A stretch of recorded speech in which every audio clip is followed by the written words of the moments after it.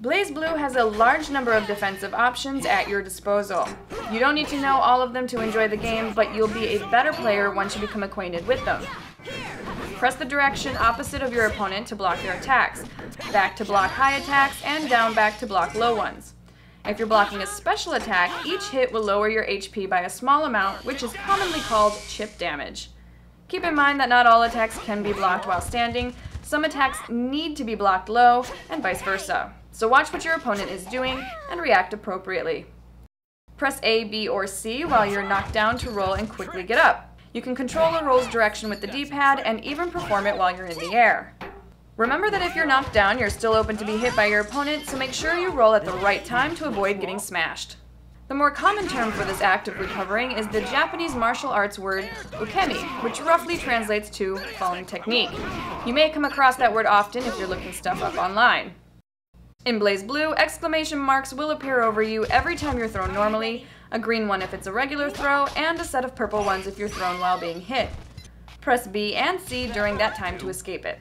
And no, you can't mash buttons. If you do that, a big fat throw reject miss will appear on the screen and you'll still be thrown. So keep an eye on what your opponent is doing and you'll be just fine. Hold A and B while you're blocking to perform a barrier block. Blocking this way will stop the movement of the guard Libra, push your opponent further away, and negate any chip damage you receive from normally blocking special attacks. This move gives you a slightly stronger block in exchange for draining your barrier gauge, but be careful so you don't completely drain it. If it empties out, you'll enter a danger state where you'll take more damage if you're hit. The barrier gauge automatically recovers over time. Block just before you're hit to perform an instant block. You'll know you're doing it right when your character flashes white. When you use an instant block, you'll take less time to recover from the block, meaning you'll be able to retaliate that much faster, and you'll even gain a little heat. For those who are interested, it's 5-frame advantage on the ground and a 10-frame advantage in the air. Press forward, A, and B while you're blocking to perform a counter assault. This move needs 50% of your heat gauge, but allows you to knock your opponent away from a blocking stance. It's a good way to get out if you're being pressured and have some heat to spare. Press A, B, C, and D to use your barrier burst.